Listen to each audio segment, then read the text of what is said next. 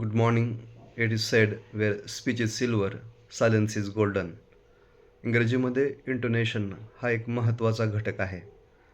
आवाजातील बदल यास आपण इंटोनेशन असे संबोधतो.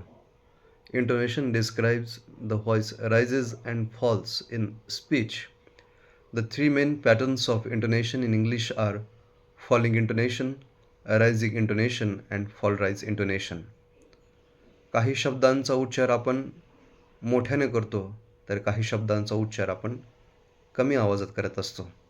यास आपण इंटोनेशन असे संबोधतो.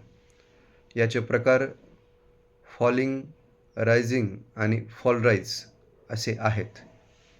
पहिला प्रकार falling intonation.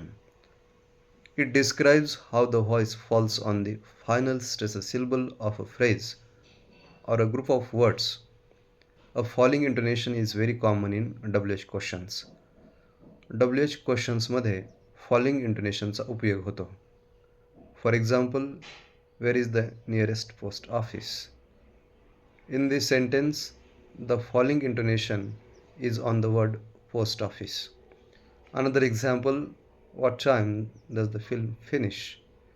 In this sentence, the falling intonation is on the word finish. We also use falling intonation when we say something definite or when we want to be very clear about something. For example, I think we are completely lost. या वाक्यामध्ये lost या शब्दावर falling intonation येतो. आता दुसरा प्रकार यामध्ये आपण पाहूया rising intonation. Rising intonation describes how the voice rises at the end of a sentence.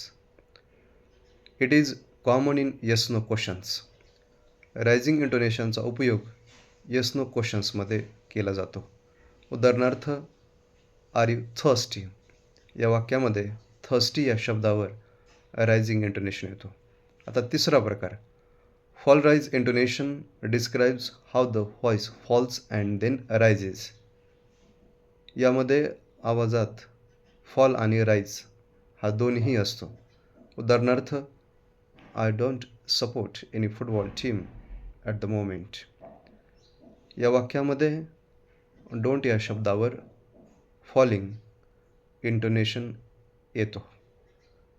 या वाक्यामध्ये मोमेंट या शब्दामध्ये मो यामध्ये फॉलिंग आणि मेंट यामध्ये रायझिंग इंटोनेशन येतो.